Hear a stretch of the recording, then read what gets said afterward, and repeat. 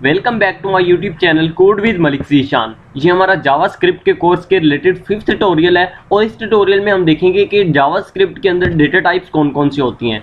तो जावास्क्रिप्ट के अंदर दो टाइप्स की डेटा टाइप होती हैं। सबसे पहले जो हमारे पास होती है वो होती है प्रिमिटिव डेटा टाइप, ठीक है। तो प्रिमिटिव डेटा टाइप और सेकेंड वन हमारे पास जो होती है वो होती है हमारे पास रेफरेंस डेटा टाइप। तो मैं यहाँ पर लिख देता हूँ रेफरेंस डेटा टाइप। तो ये हमारे पास दो टाइप्स की जो होती हैं डेटा टाइप्स होती हैं। फर्स्ट वन होती है primitive data type and second one होती है हमारे पास डेफिनेट डेटा टाइप। अब प्रिमिटिव में क्या होता है, हमारे पास कुछ भी जब स्ट्रिंग होती है, ठीक है, मतलब जो हम इन्वर्टेड कॉमास में लिखते हैं तो वो भी हमारे पास प्रिमिटिव डेटा टाइप में आ जाती है। इसी तरह से जो हमारे पास नंबर्स होते हैं वो भी हमारे पास प्रिमिटिव डेटा टाइप में आ जाते हैं। इसी तरह से हमारे पास बूलियन होते हैं। अब ये सारा कुछ क्या होते हैं मैं आपको वन बाय वन बताता हूँ, ठीक है। वो भी प्रिमिटिव डेटा टाइप में आ जाते हैं। इसी तरह से अनडिफाइंड देख लेते हैं हम, और इसी तरह से हमारे पास नल होता है, ठीक है। तो ये सब कुछ जो होता है ये प्रिमिटिव डेटा टाइप में आ जाता है। तो अभी रेफरेंस डेटा टाइप को देख लेते हैं। तो रेफरेंस डेटा टाइप में क्या होता है, जब हमारे पास एरे आ जाता है वो प्रिमिटिव डेटा टाइप हो गया एरे। और इसी तरह से हमारे पास ऑब्जेक्ट होता है, तो ऑब्जेक्ट को देख लेते हैं हम। तो ये हमारे पास प्रिमिटिव डेटा टाइप है और ये हमारे पास रेफरेंस डेटा टाइप है। तो अब देखते हैं स्ट्रिंग क्या होता है। अब स्ट्रिंग बेसिकली क्या होता है, आप इन्वर्टेड कॉमास के अंदर कुछ भी लिखते हैं। अब मैं यहाँ पे इन्वर्टेड कॉमास में लिखता हूँ ज़ीशान, ठीक है। तो ये हमारे पास क्या बन गया, एक स्ट्रिंग बन चुका है, ठीक है।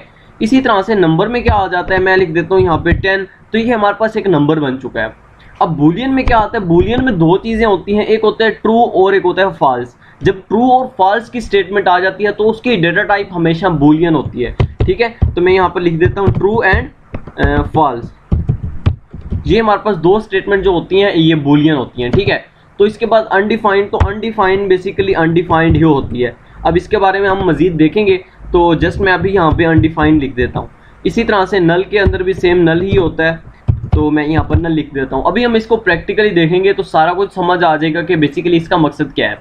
अभी आ जाते हैं रेफरेंस डेटा टाइप में। तो रेफरेंस डेटा टाइप में क्या होता है, अब देखो एरे में आपने एक बात का ध्यान रखना है कि एरे में एरे जो आप लिखेंगे वो आपने मतलब कि ये जो हमारे पास कैपिटल ब्रैकेट होती है, ये बड़ी ब्रैकेट, तो इसके अंदर आपने इसको लिखना है, ठीक है। और जो आपके पास ऑब्जेक्ट है, ऑब्जेक्ट को आपने कर्ली ब्रैकेट्स में लिखना है, ठीक है।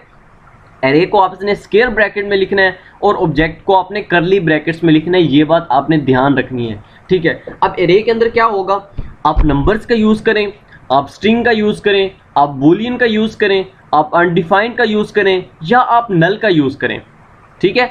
लेकिन आपने एक बात का ख्याल रखना है, वैसे अब हमारे पास जितनी भी प्रोग्रामिंग लैंग्वेज होती हैं उसके अंदर आप एरे के अंदर सेम डेटा टाइप के वेरिएबल्स रख सकते हैं। जैसे देखो मैं यहाँ पर लिखता हूँ 1 एंड इसी तरह से कॉमा डालता हूँ, लिखता हूँ 2, इसी तरह से मैं 3 लिख देता हूँ। तो एरे के अंदर अब इसकी डेटा टाइप क्या है, नंबर है, इसकी डेटा टाइप भी नंबर है, इसकी डेटा टाइप भी नंबर है, ठीक है। तो सेम डेटा टाइप के एलिमेंट्स को आप एरे में रख सकते हैं, डिफरेंट डेटा टाइप के एलिमेंट्स को आप एरे में नहीं रख सकते प्रोग्रामिंग लैंग्वेज के अंदर।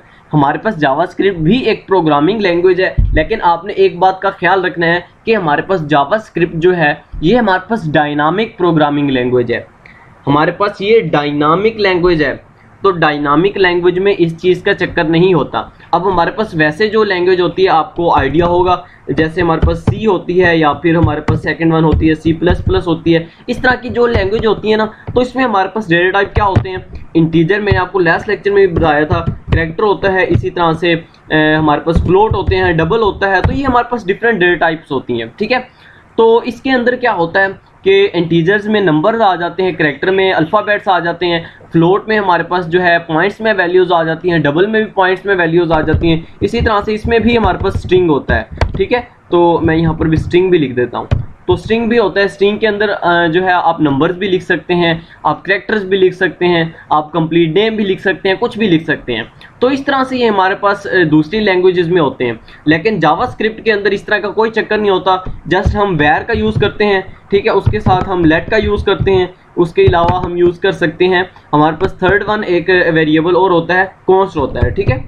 तो ये हमारे पास 3 होते हैं, हम इनका यूज़ कर सकते हैं। तो इनका सेम ही है, जस्ट इसमें डिफरेंस क्या है, तो लास्ट लेक्चर में मैंने ये सारा कुछ बताया था। अगर आपने वो लेक्चर नहीं देखा तो आपको टॉप राइट कॉर्नर पे जो है कोड मिल जाएगा, वहाँ से आप जो है देख सकते हैं। ठीक है, तो अब चलते हैं, इसको देखते हैं हमने इसको प्रैक्टिकली कैसे करना है। तो मैंने एक न्यू फाइल क्रिएट कर ली है। सबसे पहले मैं फाइल को सेव कर लेता हूँ। तो हमारे पास डेस्कटॉप में मैंने एक फोल्डर बना रखा है जावास्क्रिप्ट का। तो यहाँ पर इस फोल्डर के अंदर आ जाता हूँ और यहाँ पर मैं क्या कर लेता हूँ, ये हमारा 5th ट्यूटोरियल है, तो मैं इसको 5th.html से सेव कर देता हूँ। ठीक है, मैंने इसको कर दिया सेव। और सेव करने के बाद सबसे पहले तो मैं अपना बेसिक HTML का जो सिंटैक्स है वो लिख लेता हूँ और हेड के टैग में आता हूँ। यहाँ पर मैं एक स्क्रिप्ट का टैग बना लेता हूँ। ठीक है, स्क्रिप्ट का मैंने बना लिया टैग।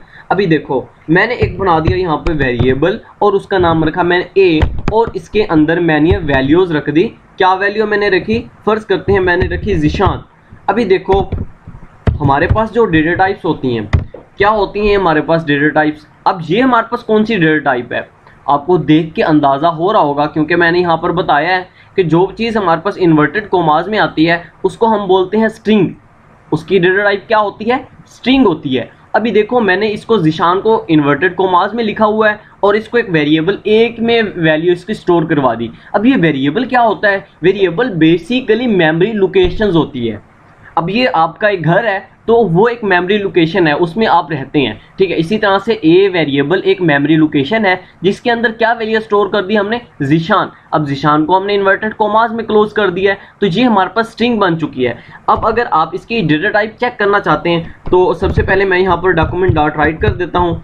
डॉक्यूमेंट डॉट राइट के अंदर मैं सबसे पहले तो वैल्यू जो है ना डिस्प्ले करवा देता हूँ ए की। ठीक है, ए की वैल्यू मतलब ज़ीशान हमारी स्क्रीन पर डिस्प्ले हो जाएगा। उसी के बाद मैं जस्ट इसी को कॉपी कर लेता हूँ और यहाँ पर पेस्ट करने के बाद मैं अब डेटा टाइप चेक करना चाहता हूँ। अब डेटा टाइप जावास्क्रिप्ट के अंदर चेक करने के लिए क्या यूज़ किया जाता है, टाइप ऑफ की वैल्यू जो है ना यूज़ की जाती है, टाइप ऑफ। ठीक है, टाइप ऑफ लिखो, एक स्पेस दो। अब किसकी मैं टाइप चेक करना चाहता हूँ, वेरिएबल ए जो हमारे पास है इसकी टाइप चेक करना चाहता हूँ, इसकी डेटा टाइप। मैंने टाइप ऑफ लिखा और स्पेस डाली और ए लिख दिया। अभी देखो, हम अपनी फाइल को ज़रा ओपन कर लेते हैं। तो ये हमारी 5th फाइल है। तो इसको जब मैंने ओपन किया तो ये जो दूसरी फाइल थी मैंने उसको क्लोज कर दिया। अभी ये देखो, ज़ीशान स्क्रीन पर डिस्प्ले हुआ और उसके आगे उसकी डेटा टाइप। मैं एक मिनट इसको ना दरमियान में स्पेस दे देता हूँ। डॉक्यूमेंट डॉट राइट ए डिस्प्ले हुआ और यहाँ पर मैं कैटिनेशन करता हूँ प्लस का साइन, और इन्वर्टेड कोमास के अंदर मैं जो है ना लाइन ब्रेकर का यूज़ कर देता हूँ। ठीक है, आपको पता है कि जावास्क्रिप्ट के अंदर किस तरह से HTML के टैग्स को यूज़ किया जाता है। कैटिनेशन किया, प्लस का साइन ऐड किया है, और इन्वर्टेड कोमास के अंदर आपने कोई भी टैग यूज़ करना होता है तो आप कर सकते हैं। ठीक है, कर सकते हैं। ठीक है, तो इस तरह से ये मैंने इसके अंदर यूज़ कर दिया। अभी मैं अपनी फाइल को चेक करता हूँ तो ये हमारी फाइल जो है ये इसके दरमियान ये आ जाएगा। ठीक है, नेक्स्ट लाइन में चला गया। अब सबसे पहले हमने डिस्प्ले करवाया था स्क्रीन पर डॉक्यूमेंट डॉट राइट ए डिस्प्ले करवाया था, तो ए के अंदर ज़ीशान स्टोर था तो ज़ीशान स्क्रीन पर डिस्प्ले हो गया। और उसके बाद मैंने बोला था कि टाइप ऑफ ए जो है वो स्क्रीन पर डिस्प्ले हो, तो टाइप ऑफ ए क्या थी, उसकी डेटा टाइप थी स्ट्रिंग, क्योंकि इन्वर्टेड कोमास में था तो इसलिए स्ट्रिंग जो है वो स्क्रीन पर डिस्प्ले हो गया। ठीक है, तो अभी चलते हैं। तो मैं यहाँ पर अगर यहाँ पर मैं लिख देता हूँ, जस्ट मैं लिख देता हूँ 10। अब ये 10 क्या है, 10 एक नंबर है। तो जो हमने नंबर लिखा था उसकी डेटा टाइप क्या थी, नंबर थी। ठीक है, तो अभी हम चलते हैं। मैंने इसके डेटा टाइप जो है मैंने इसमें वैल्यू स्टोर करवा दी 10। तो अभी सबसे पहले तो 10 स्क्रीन पर डिस्प्ले होगा ए की वैल्यू, और उसके बाद लाइन ब्रेकर, और उसके बाद टाइप ऑफ ए मतलब जो नंबर है वो स्क्रीन पर डिस्प्ले होगा। ठीक है, तो अभी मैं इसको रिफ्रेश करता हूँ। सबसे पहले 10 डिस्प्ले हुआ और उसके बाद 10 की डेटा टाइप मतलब कि उसकी डेटा टाइप है नंबर, तो वो उसने स्क्रीन पर डिस्प्ले करवा दी। ठीक है, तो इसी तरह से 10 हो गया।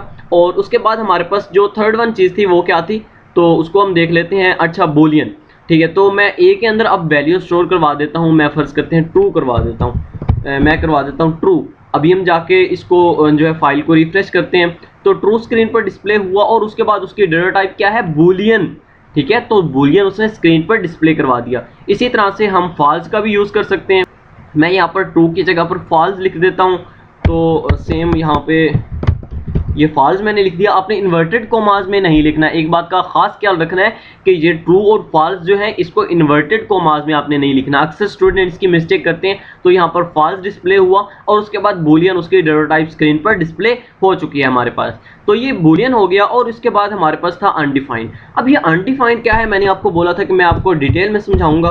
तो मैंने यहाँ पर लिख दिया अनडिफाइंड ठीक है। अब देखो आपके पास, जब आपके पास एक वेरिएबल है उसके अंदर आपने वैल्यू स्टोर करवा दी अनडिफाइंड, तो आपने जब उसको डिस्प्ले किया तो उसकी वैल्यू भी अनडिफाइंड डिस्प्ले होगी और उसकी डेटा टाइप भी अनडिफाइंड डिस्प्ले होगी। तो हमने कोई आई थिंक मिस्टेक कर दी, अनडिफाइंड।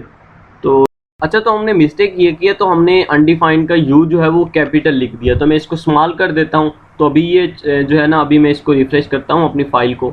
तो यहाँ पर मैं रिफ्रेश करता हूँ तो ये देखो हमारी अनडिफाइंड जो है वैल्यू वो डिस्प्ले हो गई और उसकी डेटा टाइप भी हमारे पास अनडिफाइंड ही है। ठीक है, तो वो ये स्क्रीन पर डिस्प्ले हो चुका है। इसके अलावा बेसिकली ये अनडिफाइंड है क्या? अब मैंने एक वेरिएबल बना दिया ए। अब ये मैंने एक वेरिएबल बनाया ए। अब ये वेरिएबल मैंने आपको बताया था एक मेमोरी लोकेशन होता है। ठीक है, ये हमने एक मेमोरी लोकेशन बना दी कि हमने एक घर बना दिया लेकिन उसमें कोई रहता नहीं है, तो वो अनडिफाइंड हो गया।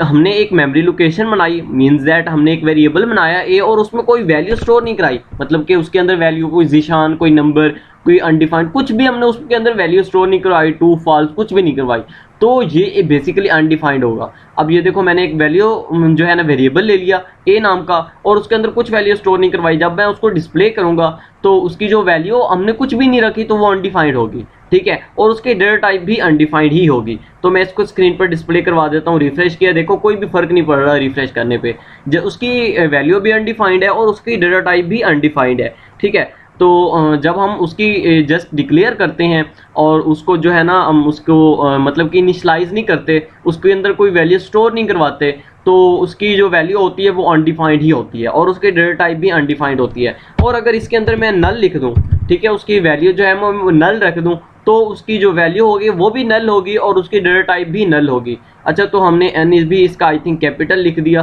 तो मैं जस्ट इसको एन जो है वो स्मॉल कर देता हूँ। तो अभी इसको रिफ्रेश करते हैं तो ये हमारा वैल्यू भी नल हो जाएगी और उसके अंदर, अच्छा वैल्यू नल हो गई और उसकी डेटा टाइप जो है ये ऑब्जेक्ट शो करता है। अब ऑब्जेक्ट हमने देखा था, मैं आपको यहाँ पे दिखा देता हूँ, मैंने डेल नहीं किया। ये देखो ऑब्जेक्ट हमने कहा था कि ये जो हमारे पास ऑब्जेक्ट होता है ये हमारे पास रेफरेंस डेटा टाइप है, लेकिन ये हमारे पास नल जो है ये तो हमारे पास प्रिमिटिव डेटा टाइप है। तो आपने एक बात याद रखनी है कि ये कंपाइलर की मिस्टेक है। ठीक है, ये जो नल को ऑब्जेक्ट उसके डेटा टाइप ऑब्जेक्ट शो करता है ये कंपाइलर की मिस्टेक है, ये रेफरेंस डेटा टाइप नहीं है, ये एक प्रिमिटिव डेटा टाइप है।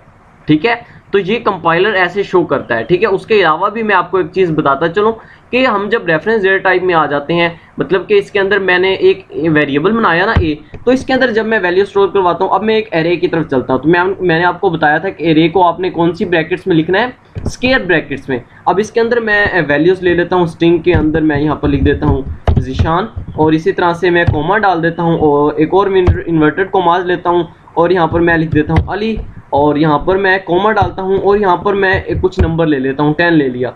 अभी इसको वो सबसे पहले वैल्यूज डिस्प्ले करेगा स्ट्रिंग की और उसके बाद उसकी डेटा टाइप। मैं इसको रिफ्रेश करता हूँ, ये देखो जीशान अली एंड 10 उसने वैल्यूज डिस्प्ले की और उसकी डेटा टाइप उसने ऑब्जेक्ट दे दी। तो आपने एक बात याद रखनी है हमेशा कि जब भी किसी कंपाइलर में आप किसकी डेटा टाइप चेक करते हैं, तो जब हमारे पास प्रिमिटिव डेटा टाइप्स होती हैं तो उसकी वो वैल्यू उसकी डेटा टाइप शो करता है, लेकिन जो हमारे पास रेफरेंस डेटा टाइप है, हमारे पास जितनी भी रेफरेंस डेटा टाइप हैं उसकी डेटा टाइप हमेशा वो ऑब्जेक्ट ही शो करेगा। बेशक वो एरे हो, बेशक वो ऑब्जेक्ट हो, कुछ भी हो, तो उसकी डेटा टाइप उसने ऑब्जेक्ट ही शो करनी है। ठीक है, तो अगर मैं यहाँ पर ये मैंने एरे बनाई थी तो यहाँ पर मैं क्या करता हूँ, इसी को ऑब्जेक्ट बना के आपको दिखा देता हूँ। तो ऑब्जेक्ट को हमने करली ब्रैकेट्स में लिखना होता है।